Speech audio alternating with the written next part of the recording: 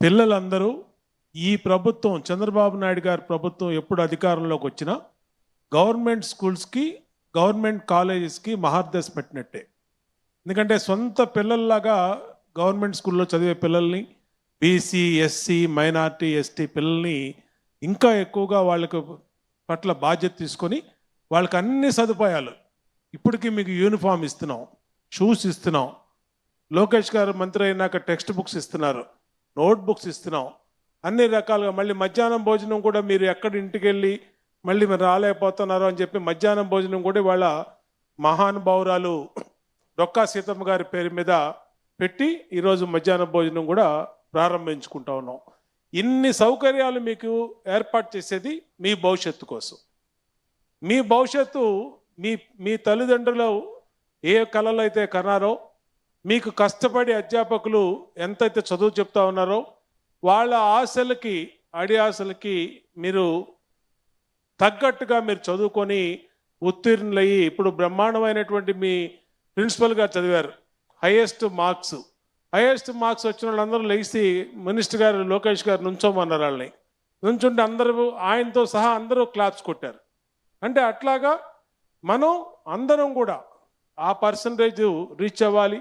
కాలేజీల్లో మీకు బయట ప్రైవేట్ కాలేజీల మీద, కార్పొరేట్ కాలేజీ మీద మోజు ఉంటుంది, కానీ దానికన్నా మంచి స్టాఫ్ ఇక్కడ ఉంటారు. మీకు లెక్చరర్స్ అక్కడ ఎవరో డిగ్రీ చప్పినోడనో ఎవరినో కూర్చోబెడతారు, బెత్తం ఇచ్చి చదివిస్తారు.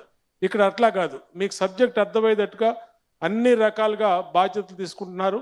ఇవాళ ఇందాక లోకేష్ గారు అడిగారు, మీకు ఇంకా ఏం కావాలి, మీకు ఇంకా ఏం ఫెసిలిటీస్ కావాలని అడిగారు.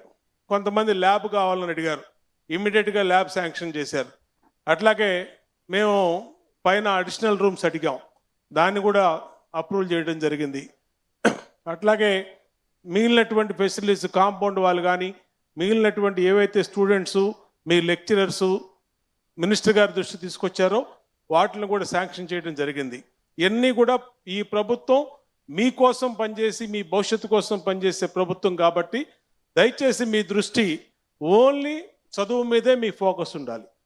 మీ తల్లిదండ్రులు ఇక్కడ ఈ ప్రాంతంలో అందరూ చిన్న చిన్న కుటుంబాలు, ఆటో డ్రైవర్లు, తాపీ మేస్త్రులు, కన్స్ట్రక్షన్ వ్యాపారాలు, చిన్న చిన్న మెకానిక్లు, ఇటువంటి కుటుంబాలు.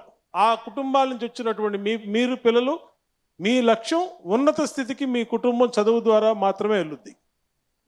మీ ద్వారా మాత్రమే మీ కుటుంబం తలరాత మారుద్ది. కాబట్టి అవన్నీ దృష్టిలో పెట్టుకొని మిగతా యాక్టివిటీస్ మీద దృష్టి సారించకుండా మిమ్మల్ని ఏ ఆశతో మిమ్మల్ని కాలేజీకి మీ తల్లిదండ్రులు పంపిస్తున్నారో, ఇన్ని వేల కోట్లు ఖర్చు పెట్టి గవర్నమెంటు మీ భవిష్యత్తు కోసం ఆలోచిస్తుందో దాన్ని అమలు చేయాల్సిన కోరుకుంటూ మరి ఒకసారి లోకేష్ గారికి, ఇక్కడికి విచ్చేసినటువంటి మంత్రివర్యులందరికీ, ప్రజాప్రతినిధులందరికీ, అధికారులందరికీ ధన్యవాదాలు తెలియజేస్తూ సెలవు తీసుకుంటాం.